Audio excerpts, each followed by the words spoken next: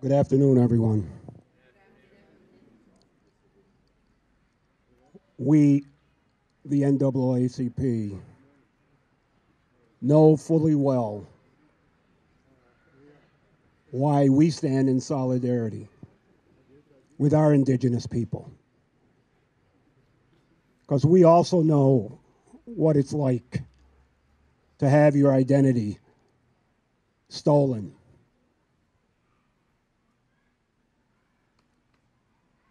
I ask that we close our eyes, open our hearts, where our spirit lives, and honor indigenous people.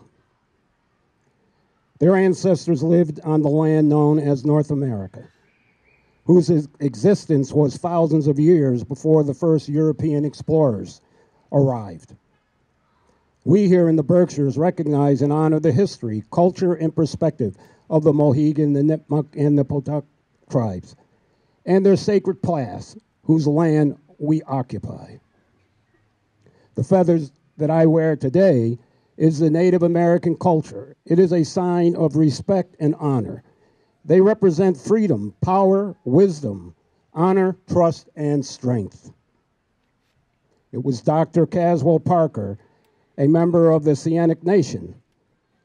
He was the director of the Rochester Museum of Arts and Science, now known as the Rochester Museum and Science Center, from 1924 to 1945. And he was an early proponent of establishing a day to honor indigenous people. He convinced the Boy Scouts of America to observe a day for first Americans from 1912 to 1915. In 1914, Reverend Red Fox James, now presumed to be a member of the Blackfeet Nation, campaigned for a national holiday to honor indigenous people, traveling more than 4,000 miles on horseback to seek support from state governors. And on December 14th, 1950, he presented an endorsement from 24 governors to President Woodrow Wilson at the White House. And in 1950, the president of the American Indian Association declared American Indian Day on the second Saturday of May each year. One of the first states to officially proclaim this observance was New York on May 13, 1916. Other states celebrated on the fourth Friday in September. And in 1977, during the United Nations International Conference on Discrimination Against Indigenous People, indigenous populations in America, an International Day of Solidarity with the indigenous people of America was proposed as a national holiday observed on October 12th. In 1990, South Dakota became the first state to replace Columbus Day, the second Monday in October, with Native American Day. And in 1992, Berkeley, California became the first city to officially observe Indigenous People Day, which coincided with the 500th anniversary of Christopher Columbus' arrival to the Americas in 1492. 2021, President Joe Biden on Friday issued the first ever presidential proclamation of Indigenous Peoples Day.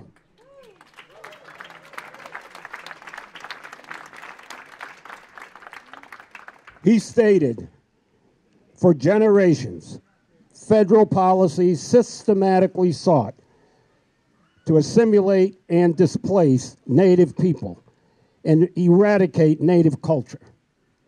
Biden wrote in his Indigenous Peoples Day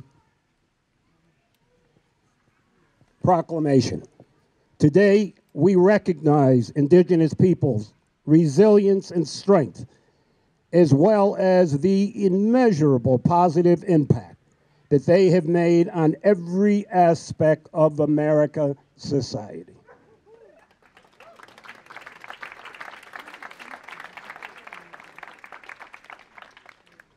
In a separate proclamation on Columbus Day, Biden praised the role of Italian Americans in U.S. society, but he also referenced the violence and harm of Columbus and other explorers of the age brought about on the Americans.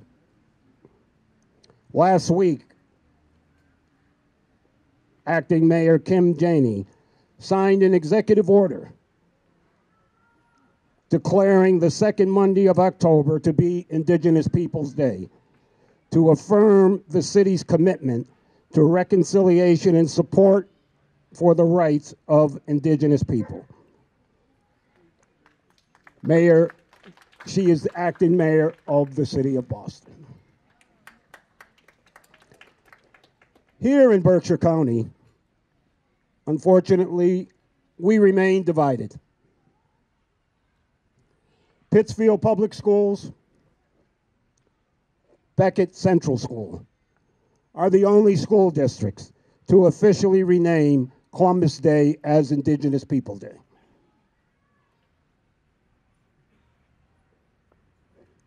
It was disappointing to me as I searched the various schools to see that the W.E.B. Du Bois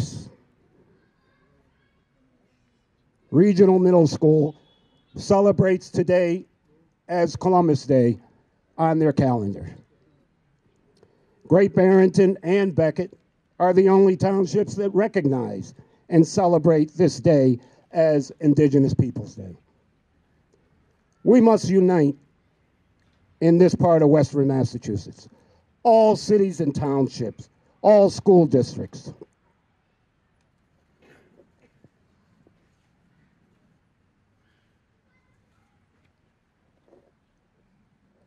Must come together and stop this division. Teach our children true history.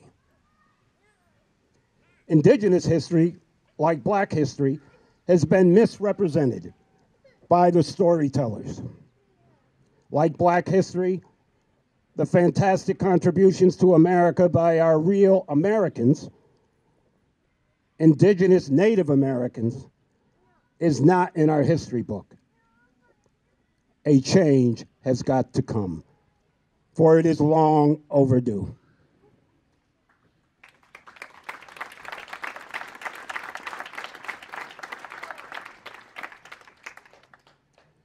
Can you imagine if we embrace the knowledge of our Indigenous people? We probably wouldn't be in the climate crisis that we find ourselves today. The respect of land and water that our Indigenous people had the knowledge of, we would not find ourselves where we are today. There is a sign, I'm not sure where it's located. I came across this on Facebook, not that I'm on there often, but I guess I was supposed to be on there this day. It tells the story about Indigenous people in our history. It begins with colonial history lied. Let me say that again. Colonial history lied. When Europe showed up in North America, Indigenous people were not nomads, not few, not savage, not impoverished, not recent immigrants, and were not looking for salvation. Yes, Indigenous people had commerce, travel, economies, permanency, stewardship, inheritance, ancestry, drama, ceremony, mourning, healthcare, politics, justice, penance, peacekeeping. And they still do today. Thank you.